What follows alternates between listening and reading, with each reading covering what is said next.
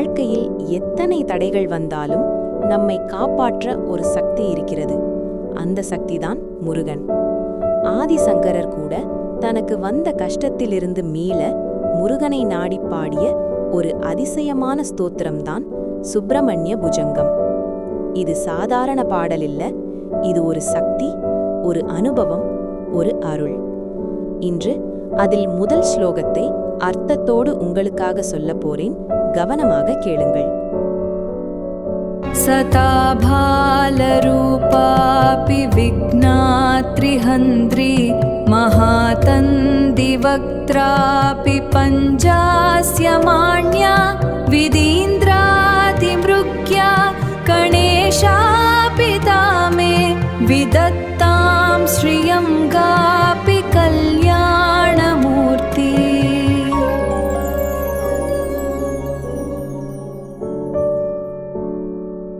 தடைகளை உடைக்கும் அருள், ஒரு வாழ்வியல் கதை. நண்பர்களே, ஒரு சிறிய கிராமத்துல அருண் என்ற ஒரு இளைஞன் இருந்தான். அவனுக்கு ஒரு பெரிய கனவு, வாழ்க்கையில முன்னேறணும், குடும்பத்தை உயர்த்தணும். ஆனா என்ன பண்ணினாலும் ஒரு தடையே. வேலை கிடைக்காது, பணம் வராது, மனம் உடைந்து போயிட்டான். ஒரு நாள் அவன் ஒரு கோவிலுக்கு போனான். அங்க ஒரு வயதான சந்நியாசி அவனை பார்த்து சிரிச்சார். ஏன் மகனே இவ்ளோ கவலைன்னு கேட்டார். அருண் சொன்னா, என்னால முன்னேற முடியல, எங்க பார்த்தாலும் தடைகள் தான். அப்போ அந்த சந்நியாசி மெதுவா சொன்னார், தடைகள் வந்தா முதல்ல யார நினைக்கணும் தெரியுமா? விநாயகரை. யானை. விநாயகர் யார் தெரியுமா? யானை முகம், அது புத்தியின் சின்னம். பெரிய காது, நல்லதை கேட்கணும். சிறிய வாய், குறைவா பேசணும். அவர் என்ன பண்றார் தெரியுமா? தடைகளை உடைக்கிறார். அதுக்காகத்தான் இந்த ஸ்லோகத்துல சொல்றார், சதா பால ரூபாபி விக்னாத்ரிஹந்த்ரி. அதன் அர்த்தம் என்னன்னா, எப்போதும் பசுமையான சக்தி, எல்லா தடைகளையும் அழிக்கும் அருள், விநாயகராலும் மதிக்கப்படும் உயர்ந்த சக்தி. அருண் கேட்டான், அப்படின்னா என் வாழ்க்கை மாறுமா? சந்நியாசி சிரிச்சார். மாறும், ஆனா ஒரு ரகசியம் இருக்கு. முதலில் தடையை நீக்கும் விநாயகரை நினை, அடுத்து அந்த சக்தியை கொடுக்கும் சிவனை நினை, அப்புறம் அந்த அருளை தரும் முருகனை நினை. அவர் அந்த ஸ்லோகம் முழுசா சொல்லி அருணிடம் சொன்னார், இந்த ஸ்லோகம் ஒரு வாரம் மனசார சொல்லு. அருண் தினமும் ஜெபிச்சான். மெல்ல மெல்ல அவனோட மனம் காம் ஆயிடுச்சு. பயம் குறைந்தது. தடைகள் தானாக விலக ஆரம்பிச்சது. ஒரு நாள் அவன் வாழ்க்கை மாறிவிட்டது. அப்போ அவன் புரிஞ்சுக்கிட்டான், தடைகள் வெளியில் இல்ல, அது நம்ம மனசுல தான். அதை உடைக்கிற சக்தி தான் விநாயகர் தத்துவம். அதை உணர்த்துறதே சுப்பிரமணிய புஜங்கம். நண்பர்களே, நம்ம வாழ்க்கையிலும் தடைகள் வரும். ஆனா நம்பிக்கை இருந்தா, பக்தி இருந்தா, இந்த ஸ்லோகம் இருந்தா எந்த தடையும் நம்மை தடுக்க முடியாது. ஓம் முருகா, விநாயகா, எங்கள் வாழ்க்கையிலுள்ள எல்லா தடைகளையும் நீக்கி அருள் புரியுங்கள். அங்கமும் வெற்றி கதையும். 1. மங்களத் தொடக்கம். சதா பால ரூபாபி விக்னாத்ரிஹந்த்ரி மகாதந்தி வக்த்ராபி பஞ்சாஸ்யமாண்யா விதீந்திராதிமிருக்யா கணேஷாபி தாமே விதத்தாம் ஸ்ரீயம் காபி கல்யாணமூர்த்தி. மதிப்பிற்குரிய அவையினரே, ஆதிசங்கரர் அருளிய இந்த வரிகள் வெறும் மந்திரங்கள் அல்ல, அவை நம் வாழ்வின் சிக்கல்களை அவிழ்க்கும் மாஸ்டர் கீ. இந்த ஒரு ஸ்லோகத்தில் ஒளிந்திருக்கும் வாழ்வியல் ரகசியங்களை ஒரு கதையின் வாயிலாக இன்று நாம் காண்போம். 2. கதையின் ஆரம்பம். விவேகனின் தேடல். ஒரு அழகான கிராமத்தில் விவேகன் என்ற இளைஞன் இருந்தான். அவன் மிகவும் உழைப்பாளி. ஆனால் அவனுக்கு ஒரு பெரிய குறை இருந்தது. அவன் எதை தொடங்கினாலும் அது பாதியில் நின்றது. ஒரு கிணறு வெட்டினால் கல் வரும், ஒரு பயிர் நட்டால் மழை பொய்க்கும். விரக்தியடைந்த அவன் காட்டிலிருந்த ஒரு பெரிய முனிவரை தேடி ஓடினான். சுவாமி, என் பாதையெங்கும் தடைகள், அதாவது விக்னங்கள், நான் என்ன பாவம் செய்தேன் என்று அழுது புலம்பினான்.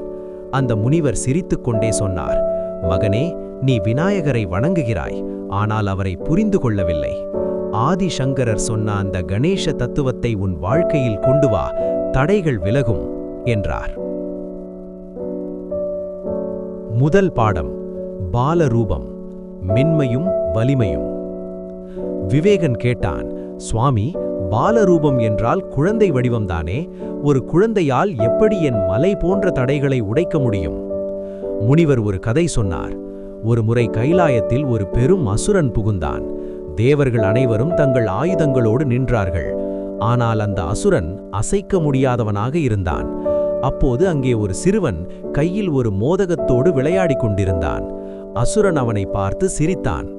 சிறுவனே, உன்னால் என்ன செய்ய முடியும் என்றான். அந்த சிறுவன் மென்மையாக சிரித்தான். அந்த சிரிப்பிலேயே அசுரனின் ஆணவம் உடைந்தது. அந்த சிறுவன் தன் சிறு துடிக்கையை அசைத்த மாத்திரத்தில் அந்த அசுரன் ஒரு தூசியைப் போல தூக்கி வீசப்பட்டான். பாடம், விவேகா, பாலரூபம் என்பது கள்ளமில்லாத மனதை குறிக்கிறது. நீ ஒரு காரியத்தை செய்யும்போது பயத்தோடும் சந்தேகத்தோடும் செய்கிறாய். ஆனால் ஒரு குழந்தை எதையும் நம்பிக்கையோடு செய்யும். எல்லாம் நல்லது நடக்கும் என்ற குழந்தையின் மனநிலையும் எதையும் முறியடிப்பேன் என்ற வீரமும் உனக்குள் சேர வேண்டும். இதுதான் விக்னாத்ரிஹந்திரி, அதாவது குழந்தை மனதோடு மலையை உடைக்கும் வலிமை. இரண்டாம் பாடம், மகாதந்தி, நிதானத்தின் ரகசியம். விவேகன் அடுத்த வரியை கேட்டான்.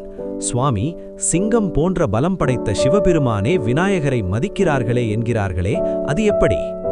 முனிவர் சொன்னார், யானை என்பது நிதானத்தின் சின்னம். சிங்கம் வேட்டையாடும்போது வேகம் காட்டும், ஆனால் யானை நடக்கும்போது ஒரு கம்பீரம் இருக்கும். ஒரு முறை ஒரு முயல் யானையிடம் கேட்டது, உன்னால் வேகமாக ஓட முடியாதே, உனக்கு பயமில்லையா என்று. அதற்கு யானை சொன்னது, நான் ஓட வேண்டிய அவசியமில்லை. நான் எங்கே நிற்கிறேனோ அங்கே நான் உறுதியாக இருக்கிறேன். புயல் அடித்தாலும் நான் அசைய மாட்டேன். வாழ்வியல். நம் வாழ்வில் சிங்கம் போன்ற வேகமும் ஆக்ரோஷமும் கொண்ட மனிதர்கள் இருக்கலாம். ஆனால் யானையை போன்ற நிதானமும் பெரிய தலை போன்ற அறிவும் கொண்டவனை யாராலும் வெல்ல முடியாது. விவேகா, நீ வேலையில் வேகம் காட்டினாய், ஆனால் யானையை போன்ற நிதானம் உன்னிடம் இல்லை. அதனால்தான் தடைகள் வந்தபோது நீ நிலை குலைந்தாய். மூன்றாம் பாடம், விதீந்திராதி மிருக்யா, எங்கே தேடுவது? விவேகன் கேட்டான், சுவாமி, பிரம்மா, இந்திரன் போன்ற தேவர்களே விநாயகரை தேடுகிறார்கள் என்றால் அவர் அவ்வளவு எட்டாத தூரத்தில் இருக்கிறாரா? முனிவர் ஒரு சுவாரஸ்யமான உண்மையைச் சொன்னார். விநாயகர் எங்கும் ஓடுவதில்லை. முருகன் உலகை சுற்றிய போது விநாயகர் தன் பெற்றோரையே உலகம் என்று சுற்றி வந்து ஞானப்பழத்தை பெற்றார். தேவர்கள் வெளி உலகில் வெற்றியை தேடுகிறார்கள், ஆனால் விநாயகர் உள்முகமாக திரும்பினார். உண்மை, வெற்றி என்பது உனக்கு வெளியில் இல்லை, உன் எண்ணங்களில் இருக்கிறது. நீ வெளி உலகில் தீர்வை தேடாதே, உன் அறிவை ஒருமுகப்படுத்து. தேவர்களுக்கே கிடைக்காத அந்த அமைதியும் வெற்றியும் உனக்கு உன் மனதிற்குள்ளேயே கிடைக்கும். இறுதி பாடம், கல்யாணமூர்த்தி, மங்களத்தின் உச்சம்.